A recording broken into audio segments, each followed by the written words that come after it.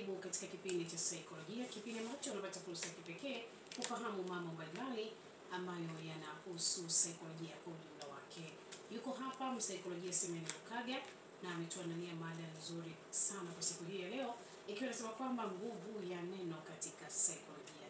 Ni neno gani hilo na mambo mengine yote atayazungumzia hapa msikilizaji kwenye kipindi hiki cha saikolojia. Mimi naitwa Adela Donut pamoja na msaikolojia Simeni Lukaga. Nimkaribishe basi moja kwa moja kwa ajili ya mada yetu ya leo. Habari? Salama Adela. Kwema? Kwema kabisa. Niliposikia nguvu ya neno. Nimetafakari vitu vingi sana. Ndio. Kama maneno ni mengi na nini. Yote nikaviweka hapo. Kwanza nimshukuru Mwenyezi Mungu kwa afya, nimshukuru Mwenyezi Mungu kwa kila jambo. Na pia niwape pole wale wote ambao wanapitia changamoto mbalimbali za maisha. Niwapongeze wale ambao wamefanikisha mpaka sasa yaliyokuwa yanawakabili. Kikubwa tu ni kwamba tuendelee kupambana, ndo maisha. Kwamba hiyo ndo ladha ya maisha yenyewe. Una wakati mwingine unafurahi, wakati mwingine mambo yanakuja yanavuruga.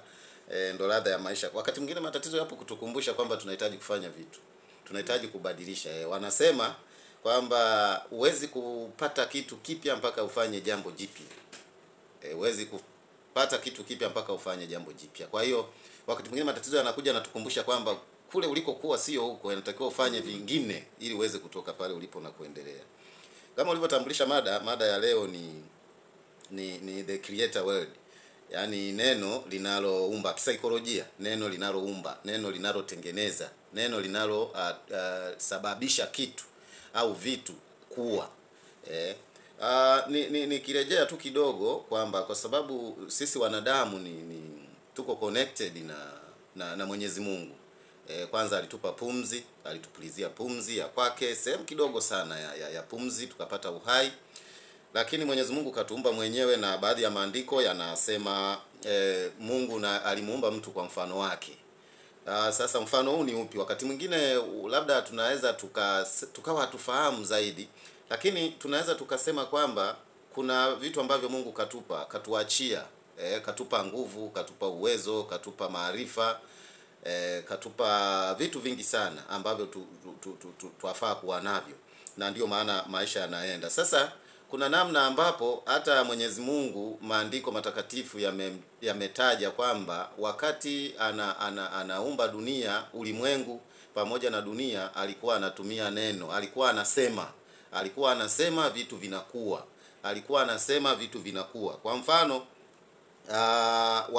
wakati Mungu anaumba mbingu na dunia, kwamba dunia ilikuwa umbo na utupu, kwamba pale Mwanzo 1:3 anasema Mungu akasema mwanga uwe, mwanga ukawa, ukatokea. Kwa sababu alisema, ni maneno ambayo Mwenyezi Mungu alikuwa akiyatoa. Lakini ukiangalia pia Mwanzo 1:6 anasema anga liwe, maji ya juu ya anga na chini ya anga, na yani anga ikawa, na alikuwa anasema anga iwe na anga inakuwa.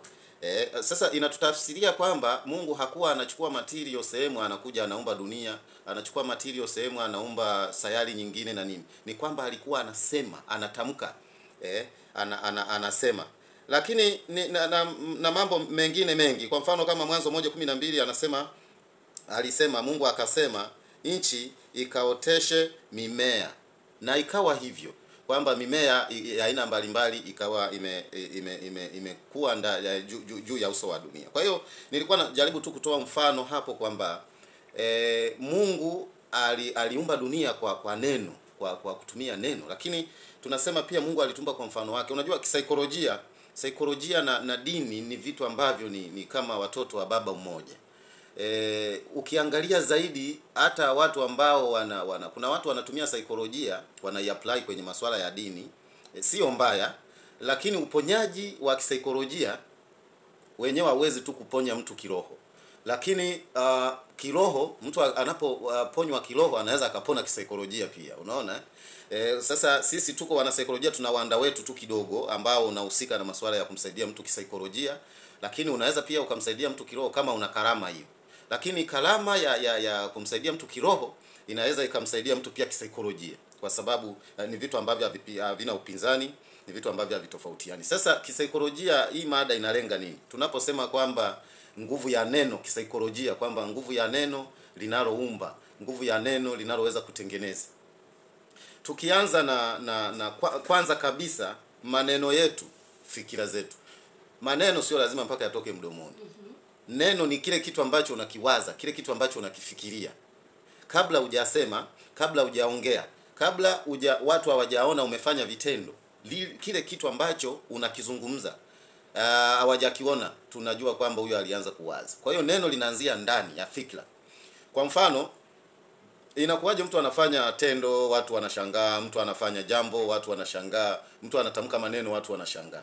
Ni kwamba sisi tumeumbwa na ubongo. Ule ubongo kazi yake ni kutafsiri tabia za ndani za mtu na tabia za nje, yani matukio ya ndani na ya nje, taarifa. Lakini pia ubongo unafanya kazi ya kulinda mwili. Sasa ubongo huo ndio unaozalisha akili. Akili kazi yake ni kutafsiri mambo tu, kwamba hili ni zuri, hili baya. Likisha tafsiri haina maamuzi, inakuja nafsi, kisaikolojia. Yaani ubongo ukisha pokea zile taarifa au kutoa zile taarifa, akili yenyewe sasa ambayo tunasema ni invisible, haionekani. Yenyewe ni ule uwezo wa mtu kuweza kutafsiri mambo, kukabili mambo na nini. Ile akili yenyewe inachofanya ni kung'amua kwamba hili jambo is okay au not okay. Hili jambo liko sawa, haliko sawa. Na ndiyo maana ubongo unafanya pia kazi ya kulinda mwili, kwa sababu akili inapotafsiri tu kwamba hili jambo sio zuri, aidha linahitaji uwepo wa hasira, au linahitaji uwepo wa huzuni, au jambo ni zuri linahitaji uwepo wa furaha, taarifa inakuwa ina rewind, inarudi kwenye ubongo. Ubongo unazalisha zile hormones zinazo boost furaha, au kama ni hasira au kama ni huzuni inatokea. Kwa hiyo akili inapotafsiri kwamba hiki kitu si kizuri, kuna mind sasa, ambayo kisaikolojia ndo neno lenyewe psycho.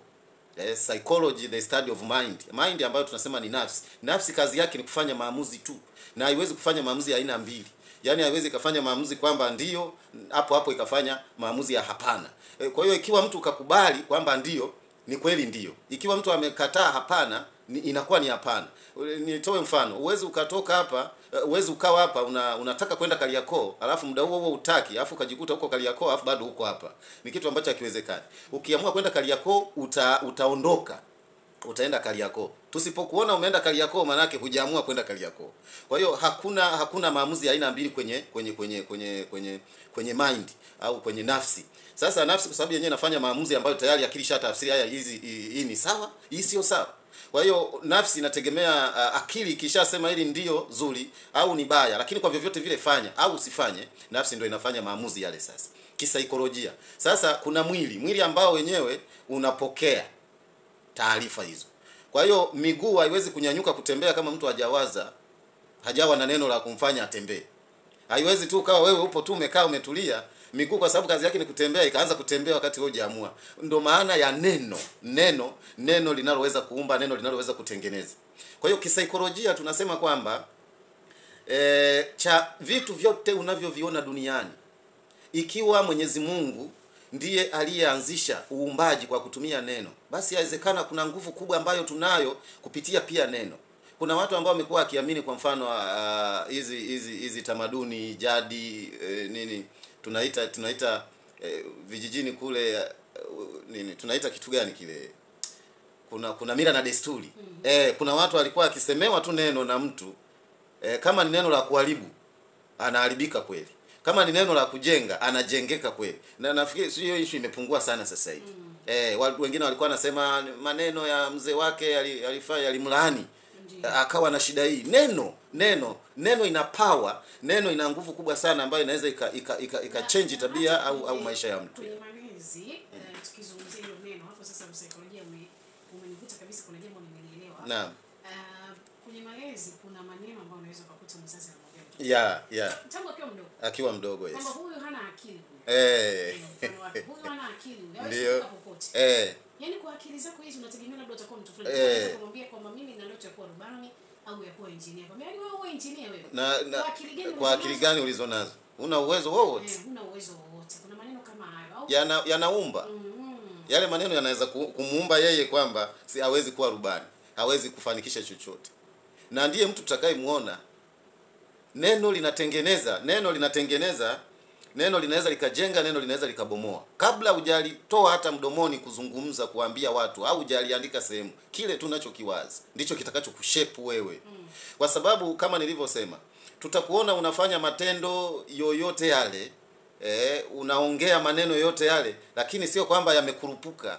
Ni kwamba kuna process ambayo imeanzia kwenye ubongo, ikaja kwenye akili, ikaja kwenye mind ambayo ni nafsi, alafu sasa ndo tunakuona sasa wewe unashughulika hivyo unavyoshughulika. Kwa sababu tayari kuna process. Ndio maana hata kwenye criminal psychology, saikolojia ya uhalifu, watu wale wanaokuwa wanaojiwa, wewe labda mtu ambaye aliua, unaweza ukawa unamuoji bila kumpiga hata virungu na akaja kusema tu mwenyewe. Kwa sababu ile ni flow, unajua kabisa huyu aliua kwa kukusudia au aliua bahati mbaya bila kukusudia.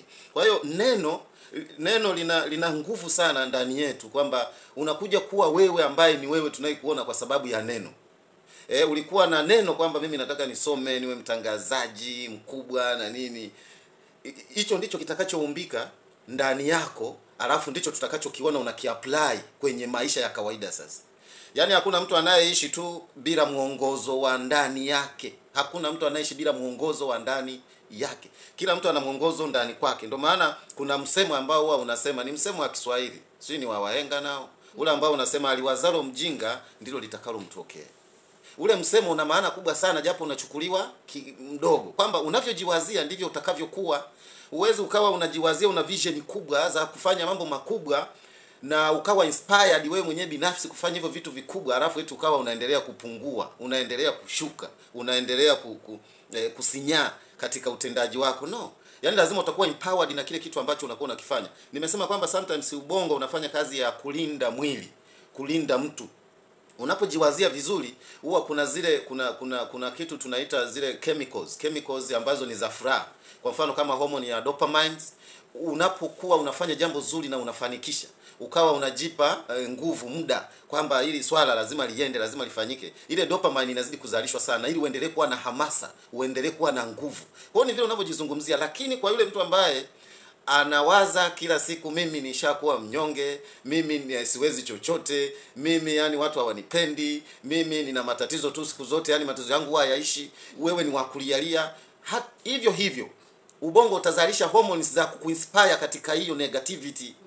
Ndio maana ukikuta mtu ni mtu wa kulia, utaona kabisa inakuwa ni tabia, kidogo kalia. Lakini umezungumza issue ya watoto hapo, kwa sababu kisaikolojia memory ya mtoto inakuwa bado ni empty bucket, inakuwa ni ndoo ambayo haina kitu. Kwa hiyo chochote utakachokuwa unamwambia atakuwa anakishika, akiamini kwamba ndicho kitu ambacho kinatakiwa yeye anatakiwa kuwa.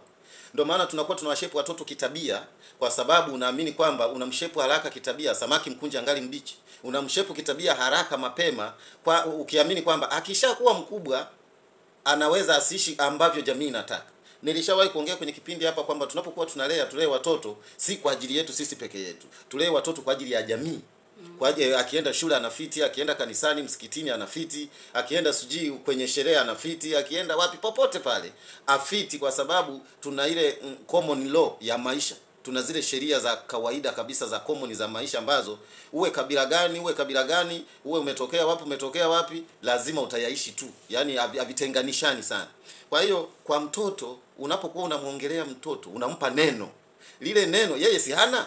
Mtoto ajui kwamba nifanye vipi ili niweze kufanikiwa, wala hana hiyo inspiration. Lakini wewe ndiye unakuwa unamuimpart yule mtoto maneno. Wewe kwa kweli ukikua unaweza kuja kuwa mtu mkubwa sana, utakuwa kiongozi sana, naamini kumbe mimi naweza kuwa kiongozi. Unamuonyesha na mifano ya viongozi, unamuona yule rais, unamuona yule mbunge, unamuona yule waziri.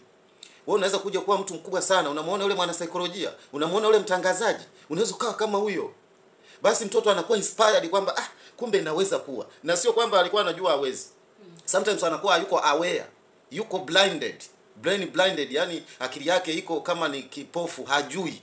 Ila unapompa hilo neno jipya kwamba wewe pia unaweza kuwa kama hao unaowaona kwenye TV pale, unaowasikia kwenye redio, wale unaowaona wanajenga madaraja, wanaojenga majumba, wewe unaweza ukawa kama huyo. Mtoto ana hivi na hiki kitu kipo, na of course kumbe na mimi naweza nikakifanya. Kwa hiyo utakuwa umemlisha neno ambalo baadaye yeye atakuja kuliweka kwenye application, aidha kwa kupitia system ya kusoma na kadhalika, na atakuja kuwa mtu wa namna hiyo. Lakini mara nyingi wazazi wale wanatoka mwanangu ni mkorofi huyo.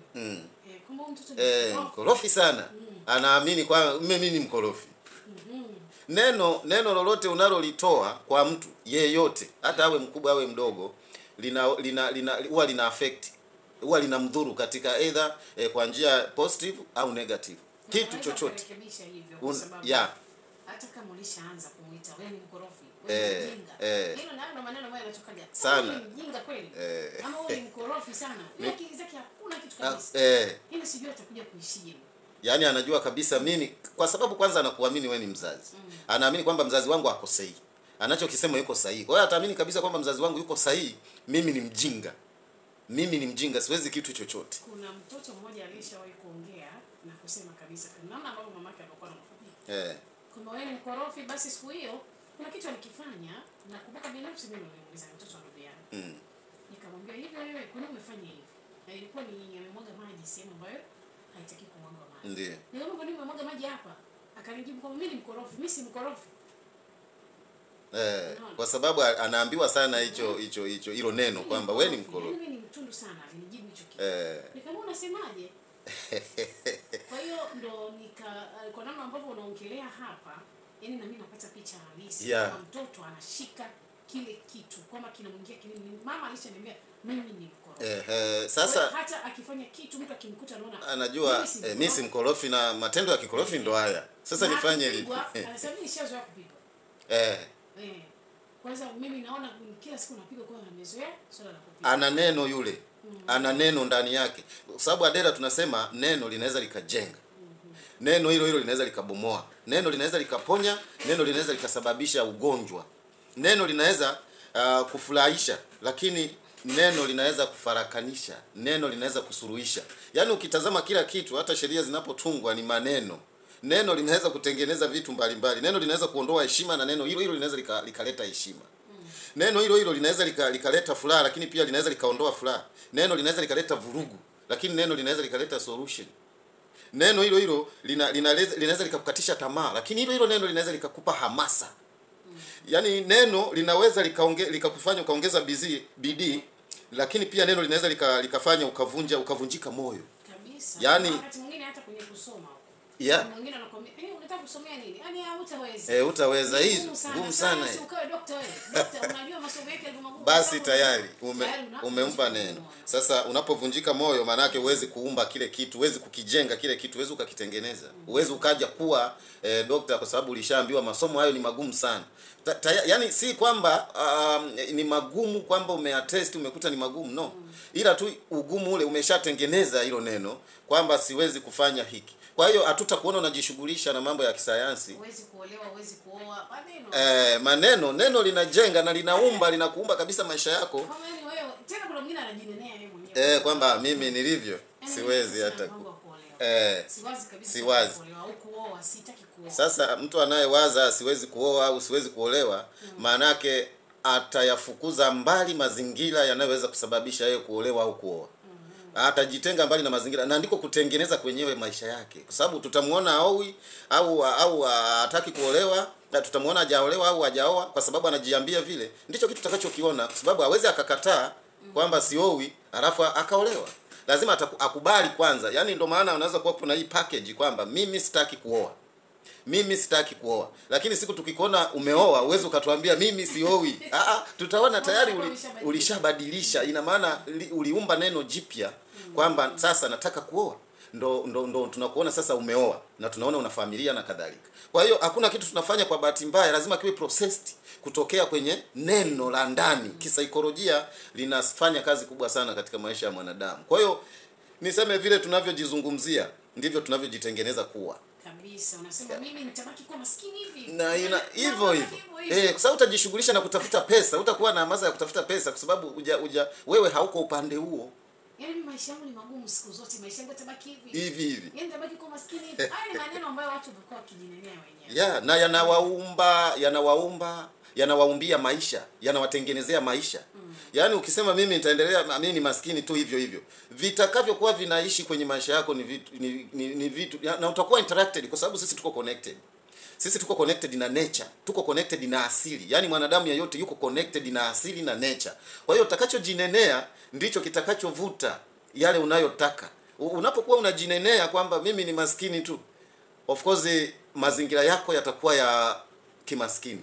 Watu wako utakao kuwa una interact nao na inakuwa ni rahisi kuwapata ni watu wale ambao nao wako katika hiyo engo. Maisha ambayo utakuwa unaishi, utakuwa unaenda kwenye maisha yale ya kimaskini. Yaani kwa sababu uko tayari umeshaomba uwe connected na huko. Unajua anasema hivyo kwa nini? Neno ndilo linafanya watu wanatubu dhambi. Sasa uwezi ukawa hujataka kutubu dhambi afu ukajikuta wewe unatubu dhambi. Lazima uweke lile neno la kutubu zile dhambi, ili unapoenda katika ibada uwe connected tayari na Mungu anayesamehe lile dhambi. Kwa hiyo wakati mwingine unaweza kaenda kanisani kama uko connected na neno lako wewe uko connected na asili. Alafu wewe uko kanisani unawaza uko kanisani unawaza sherehe ya ndugu yako itakayofanyika wiki ijayo. Maana yake hauko connected na kile ambacho upo nacho. Kwa hiyo huwezi kupata impact yoyote. Kwa hiyo tutaona labda nguvu kwako zitakuja za msamaha baada ya kuwa connected na ibada. Na hii ndio pale ambapo unayosema kwamba mimi nasali sana na Mungu sana. Lakini sioni chochote, sifanikiwi. Kumbe na wewe unasali ukiwa na mambo yako mengi ambayo hayampendezi Mwenyezi Mungu. Mimi mara nyingi huwa nasema wakati mwingine huwa ni kama tunalalamika. Yaani unamlalamikia Mungu. Wakati Mungu yeye anahitaji shukrani na maombi ya dhati. Unapokuwa unalalamika, manake kwanza kuna mtu anapoenda anaamini kwamba ili nisaidiwe na Mungu inabidi nitie unyonge. Yaani kwamba unyonge ndipo labda nitahurumiwa. Lakini kazi ya mimi naweza nikasema kwamba nguvu ya ndani ya neno lile unalojisemea ndilo linalokuweka karibu na kila kitu unachokitaka. Yaani iwe ni swala la ibada, vile unavyojisemea kwamba naenda ibadani kwa nia hii na hii na hii, ndicho kitu utakachokivuna. Na hata kwenye kutoa sadaka, unapotaka kutoa sadaka ya kitu chochote kile, ukinuia lile jambo, ukalinenea, ukisema kama mimi natoa sana sadaka au natoa sana michango, lakini sifanikiwi. Mbona hata sifanikiwi michango? Ndugu yangu, yaani ukitaka kutoa kitu, iwe ni sadaka, iwe ni michango, kama tumaini tulikuwa na hii ni meza tumaini. Naam. Unachokitoa ukamwomba Mwenyezi Mungu kubariki kwenye jambo fulani, wewe unafanya biashara ama ni mgonjwa kadhalika, toa kwa moyo mmoja. Ndio. Usitoe huko unanungunika na kuanza kujinenea kama natoa lakini hata sijai kuona matokeo. Sioni matokeo yoyote. Natoa hiki lakini sipati chochote. Unaamini hivyo kwamba siwezi kupata chochote licha ya kwamba natoa, ngoja tu nitoe labda watu wanione. Kweli huwezi kufanikiwa.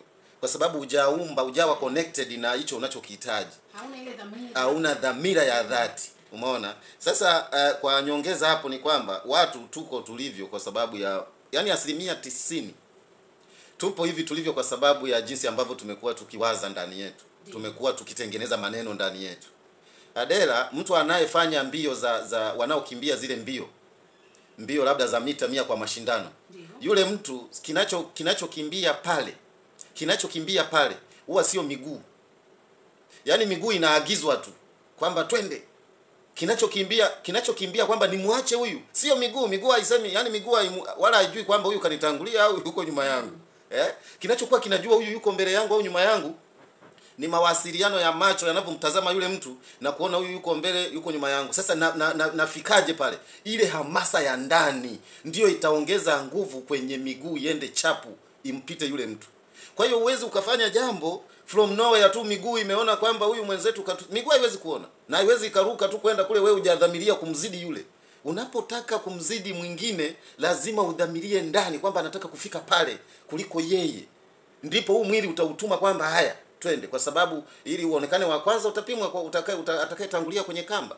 Sisi tunaelewana hapo, wasikilizaji wetu wananielewa vizuri. Yaani uwezi ukawa bila neno. Yaani neno tukikuona ulivyo ni neno kwamba wewe mara zote unajisemea nini. Kwa mfano kuna mtu yeye ni kuanzisha biashara, alafu anajinenea biashara yenyewe hii ngumu, haina hata wateja. Hawezi kuwa na mbinu za kuleta wateja kwa sababu anaamini biashara yenyewe ngumu, haina wateja. Lakini kuna mtu ambaye kazi tunasema wakati mwingine unapoamka asubuhi unanungunika, kazi hizi, unaenda kazini, utaenda kufanya kazi mbovu. Utaenda kufanya kazi mbovu siku zote. Lakini ukiwa na hamasa na kazi yako, unavyotoka unavyokwenda, nafikiri watu wananielewa namna ambavyo unakuwa unafanya kitu unachokipenda. ndivyo utakavyokuwa unaona kabisa hata matokeo na mafanikio unakuwa unayaona. Lakini ukiwa unafanya kitu ambacho ukipendi ili tu kwa sababu nisije nikafa njaa nipate hela, pia na mafanikio yake unakuwa unayaona yako chini, ni madogo. Ni kwa sababu si mwili wako, si mikono yako inayosema hivyo, inayofanya hivyo, bali ni lile neno. Utajinusuru kukimbia baada ya kuwa uko karibu na hatari pengine ya simba au nyoka.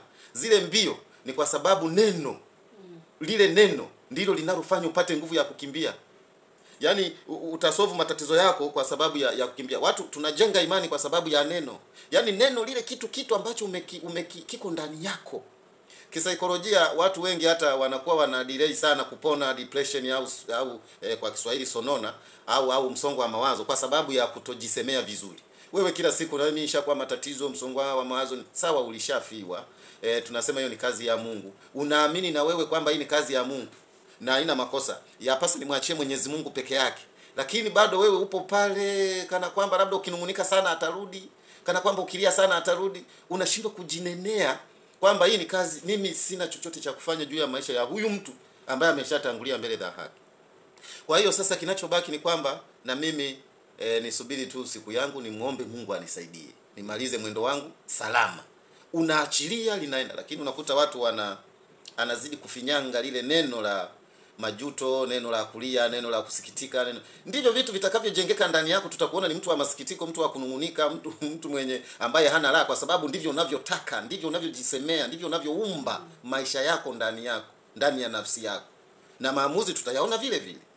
Na hata watu wengine basi kwa msaikolojia wasiwe na ile hali ya kutoa neno ambalo sio zuri kwa mtu mwingine. Yaani kuna mtu mwingine yupo kwa ajili ya kutaka labda mimi nisifanikiwe. Anaenda tu kwamba yaani huyu natamani maisha yake yaende hivi na hivi na hivi. Yaani unampangia mtu maisha yake. Au labda amekukosea au amefanyaje jambo kidogo tu, unatoa neno ambalo linaweza ni kweli. Kwa mfano hiyo inatokana kwa mfano kama mtu amekukasirisha, kuna kitu amekufanyia kibaya. Unaona? Inakuja tu automatically, yaani huyu Mungu amlaani ama hiki. Maneno yanakuja mengi. Na kama kweli yule mtu alifanya kile kitu, mara nyingi kitamuumiza na inawezekana kweli maneno yakamdhuru kwa sababu kuna wengine ishie kutokea. Mimi nina mfano mmoja ndio wa watu walikuwa wanashirikiana kibiashara. Wafanya biashara, baadaye mmoja akamgeuka mwenzake. Umeona? Baada ya kumgeuka mwenzie kabisa, anaonekana yule ambaye kama kubaki na biashara ndio ambaye alimdhulumu mwenzake. Analalamika kwambia Mungu tu ndo atakayenilipia. Kwa hiki ambacho umenifanyia, unaona, ukanidhulumu kile ambacho ni cha kwangu, basi Mungu atanilipia. Amini nakwambia yule mtu haikupita muda, maisha yake ni magumu sana. Yakawa magumu. Yaani magumu, alikuja akapata changamoto kubwa kuliko hata kile ambacho alimdhulumu mwenzake. Na ni kwa sababu mwenzie aliamua kumlilia Mwenyezi Mungu. Nini? Na baki upande. Ndio. Sawa, umeshaamua kufanya hicho unachokifanya, lakini Mungu atanilipia. Na yaani kwenye maisha tusifanye vitu kwa kuona tu unaweza kumfanyia unaweza kumsemea mwenzio, wewe ufanikiwi, una lolote, wewe au ukamdhulumu. Kwa kweli sio sawa. Na Adela, katika maisha ya kawaida watu tumezoea sana, na ujue kisaikolojia iko mara mbili. Kwa mfano mtu anayesema mimi namwachia Mungu, na pengine hata kama usiposikia anasema akabaki nalo yeye moyoni akasema asante. Yaani nimesema mwanzo kwamba sisi tuko connected na asili. Tuko connected na dunia, tuko connected na ulimwengu, tuko connected na Mungu. Kwa hiyo yeye kukaa tu akawa ananungunika hata kama hajakwambia, alafu wewe unaendelea na dhuluma ile, manake ile connection lazima itakufuata tu. Lazima itakufuata. Ndio maana watu tunasema kwamba tusamee. Yaani kwamba unaona mwingine anaweza akaja akakwambia tu kwamba naomba unisamee. Nikusamee nini? Unajua nilikufanyia tukio 1 2 3. Nasema mimi mbona nilinyamaza? Anajua ulinyamaza ukujaniambia, lakini kutokana na changamoto anazopitia akaja akakwambia, kwa sababu lile neno linamuumbia tena vitu vingine, linamtesa. Neno lina nguvu sana ndani yetu. Neno lina nguvu na linafanya kazi. Kwa hiyo hata wewe mwenyewe binafsi jisemee vizuri, jinenee vizuri, jiongelee vizuri. Tafakari kwa kusafiri kifikira mbele ya muda vizuri. Sahau yote ambayo yameshakutokea, ulishaharibu hapa na hapa, ulishavuruga, ulishafanya nini. Wewe sema haya yaende. Usiyawaze matatizo, yatakuja. Ukiyawaza matatizo yatakukaribia. Waza mambo mazuri mazuri, hata kama ni makubwa, hata kama yaji leo yanaweza akaja kesho, kwa sababu utakuwa inspired. Unachonga barabara ya maisha yako ya baadaye. Msaikolojia binafsi kuna wakati nilikuwa nafikiria kama mtu anakuambia think big, wazungu wanasema think big. Misemo kama fikiria makubwa. Sasa unafikiria makubwa wakati kitu kidogo tu chenyewe hauna, ama unacho kidogo sana. Kwa nini nifikirie makubwa? Ila baadaye nikuja kuona inawezekana. Unaweza ukawa na ndoto kubwa hata kama bado uko katika sehemu ambayo bado uko kwenye kipato kidogo ama hauna pesa ya kinga, lakini ukawa na ndoto kubwa na ikafanikiwa. Ikafanikiwa, ni kweli kabisa. Lakini sasa ukianza kujidhania mimi siwezi kuwa tajiri kama yule. Mimi siwezi kufanikiwa nikafika huko, siwezi kujenga nyumba, siwezi kununua kiwanja. Yaani kuna ile tunakataa. Ile siwezi, unakataa na kutoruhusu yale mazingira ya wewe kufanikiwa yawe karibu yako, kwa sababu utaogopa hata kwenda sehemu ambayo inaweza ikakuwezesha, kwa sababu unajua mimi siwezi pale. Mimi pale siwezi. Kwa hiyo vile unavyojisemea, umetoa mfano hapo kwamba think big. Fikiria zaidi. Ili hata utakapofanya, kwa mfano unafikiria 100.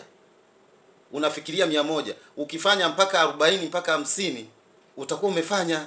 Lakini wewe unafikiria 20, utapata 5. Yeah. Kwa hiyo ukifikiria kile kikubwa at least kitashuka kidogo. Yaani kitashuka kidogo, kwa sababu hata bidii zako zitaendana na kile unachokifikiria. Sasa wewe unafikiria 20, utapata 5, utapata 10.